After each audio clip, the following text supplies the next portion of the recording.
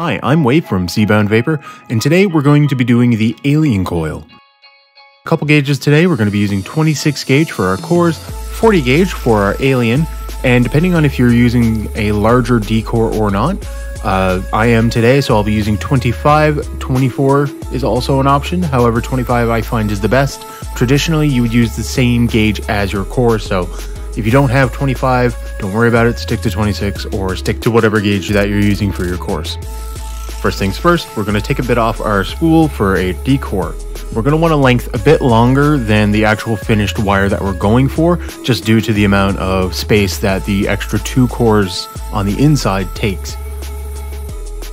Once we have our segment cut off, we're going to insert it into the chuck as well as the swivel, and we're just going to go ahead and clapton the entire length of it, give or take. Make sure to leave a little bit on the end, doesn't have to be very much. General advice for when you're doing this clapton for a D-core, because what we're going to be doing is we're going to be taking the clapton and pulling it off. And doing the Alien process, you kind of want to go in the direction you're most comfortable with. If you're most comfortable with the wire being on top relative to you while you're actually claptoning, then you're going to want to do this clapton with the wire on the bottom, and vice versa. If you're more comfortable with the wire feeding counterclockwise or on the bottom, you're going to want to do this on the top. It counts as good practice to get used to both methods, but it's very important to stay as comfortable as possible when learning this coil. So just do this clapton the opposite of how you'd normally be comfortable. Once we've reached the end, I'm going to grab the end of it, I'm going to spin the drill in reverse, and I'm going to hold it for a couple of seconds, just make sure that it's nice and loose and it slides off easily. I'm going to keep mine attached to the drill, and while I'm pulling off, if I find that it gets a little bit too much tension, I can keep the drill spinning slowly or even just a little bit as I need to, and it'll just kind of help wiggle it off. Here I didn't need to do that because I had already unwound it enough that it just kind of slid off easily on its own. Once we have our D-core, I usually recommend installing it into a vise or using something heavy to hold down one end, because we are going to be stretching this a long distance.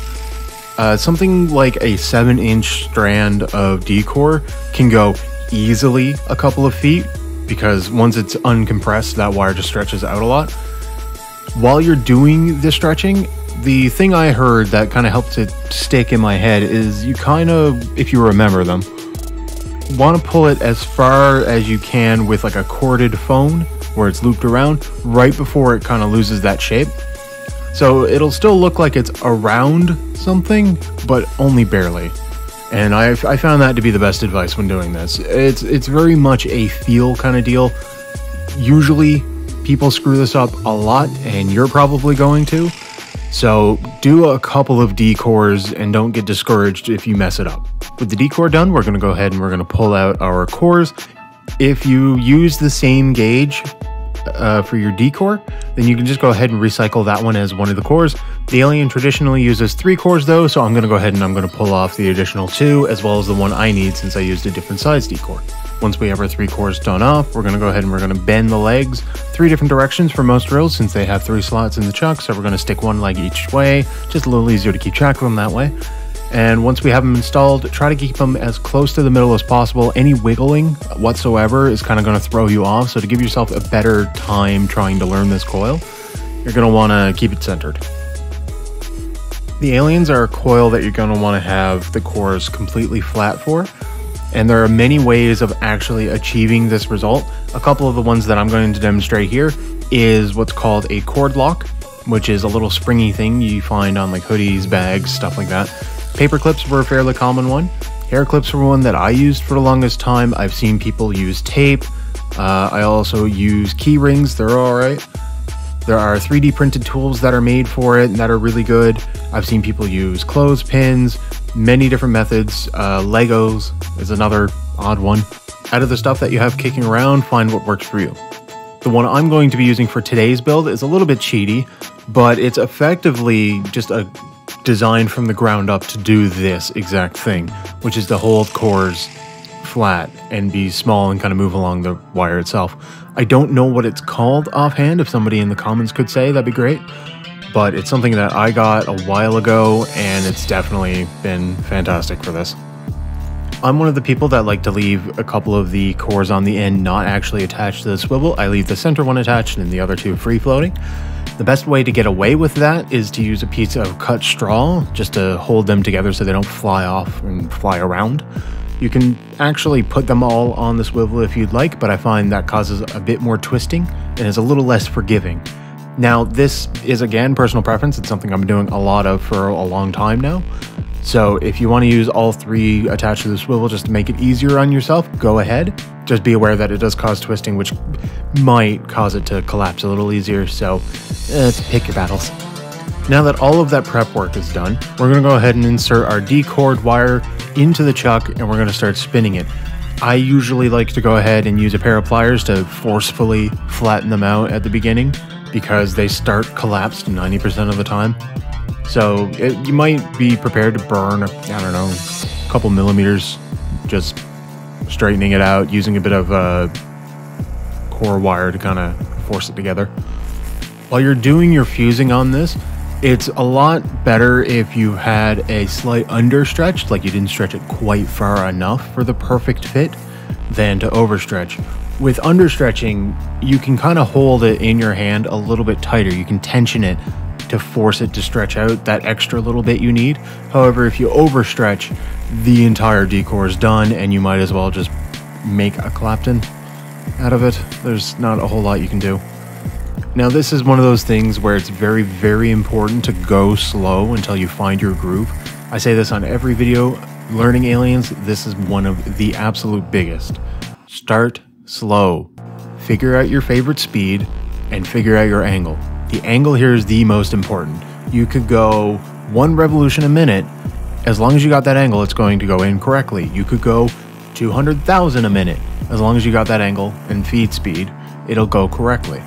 It's very, very important to figure out where that angle is, and there's no point in speeding up immediately and burning half your D-core without actually finding it.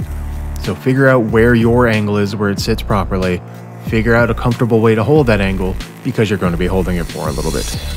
Now, it might be necessary while you're going through to stop every now and again to move your paper clips, your Legos, your clothespins, whatever you're using to hold your cores.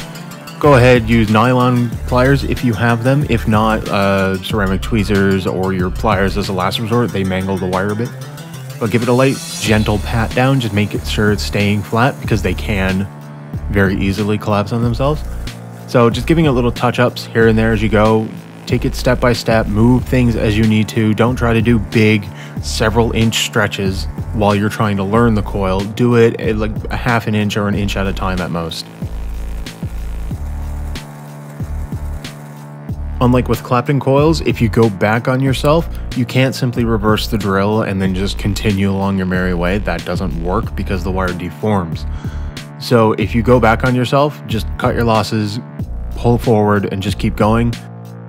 Here I got a little bit of a comparison side by side of a 24 gauge D-core versus a 25 gauge D-core with 26 cores. I did have one done up for 26 gauge D-core. I don't know where it went, but it's just, you can see. So on the left side, we have the 24 D-core. It's much wavier, and the thing is, you have to understretch slightly more. I forgot about that because I was just trying to get something done. So it's not quite as tight too, and quite as wavy as it should be. But the actual shape of the alien is much more pronounced. 25, the shape is still there. Again, I think I overstretched ever so slightly on this one. And on a 26 gauge, it's less prominent. But again, it's what you're aiming for. Once we got all that done, we'll go ahead and we'll coil these up. I'm using 2.5mm inner diameter for these because I feel like it. And I'm doing, I think, 5 wraps around the spool just because it will read out fairly low and it'll fit inside the tank I'm putting it in. Installation is pretty much the same as any other coil. They're a little bit wider than some of the other ones I've shown how to do so far. And if you're going to go ahead and do 4 or 5 core, 6 core, whatever core aliens, same with pretty much any other exotic build. The larger they get, they might not fit in your post holes. So if you don't know the size, at least try to eyeball it. So that way you don't end up wasting your time on making something that won't fit. Most RDAs, tanks, whatever rebuildables nowadays have no problems dealing with this exact coil. You can make it yourself right now and throw it in anything made within the last like 3 years and you'll be fine. But be aware of that. Wicking, it's the same as always. Go ahead, put your cotton through, cut off slightly less than you think you need, and go ahead and stuck that down. Going over some of the pro cons, the pros for these is that they are an incredibly versatile coil. You can have them pretty much as big as you want, anything down from 2 cores up to 40 if you had the patience. These are by far the most iconic coils within vaping, and for good reason. These have a fantastic vape, fantastic flavor, fantastic clouds. Without getting into the super complex coils, this will be the best coil you can make for most applications. Learning these is one of the most rewarding feelings once you have them down, because going from just like a Clapton to an Alien is a massive boost in skill, reward, everything. These are fantastic steps up. The only real cons to these being that they are difficult to learn. You need to figure out how to keep them flat, and that's however you yourself can manage with what materials you have.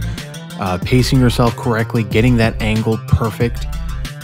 Making mistakes on these becomes a large deficit to your progress, because you could have just barely enough for your coil, mess up a bit, and now you don't have a coil.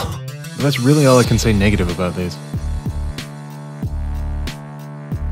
Some random tips would probably be to experiment with everything you have, from bobby pins, like I mentioned, clothespins, hairpins, hair clips, Legos, whatever you can find to hold them still. Go ahead and try those. Take your time when doing these. It's very important to just kind of take it nice and slow, figure your angle. It's more important to have a coil done in 10 minutes than it is to have a failure in 1. Going over it again, it's just important to understretch ever so slightly what you think you'll need, because it's much easier to just pinch down a little bit harder and get that stretch than it is to have to make a brand new decor because you screwed up. And leading into that, if you're brave, you can try the no stretch method, which is where you just decor and you rely purely on the tension of your fingers to do the stretching as it goes. I don't recommend learning this because it's very, very difficult. If you're already doing this coil, A, why are you watching this? And B, try the stretchless method because it's cool, I guess. Personally, I stand by using a odd gauge up, usually. So for 26 here, I use 25. I always prefer using that extra 1 gauge higher decor just because I find it looks way better and I find the performance slightly better. But you don't let that stop you from experimenting. If you're going to go ahead and use more than 3 cores, so for example, 4 cores of 26 gauge, you would want to use a 24 gauge decor, or if you're using my method, you would want to use a 23. And that adds up. So if you want to use 4 28 gauge, you use a 26/25 gauge.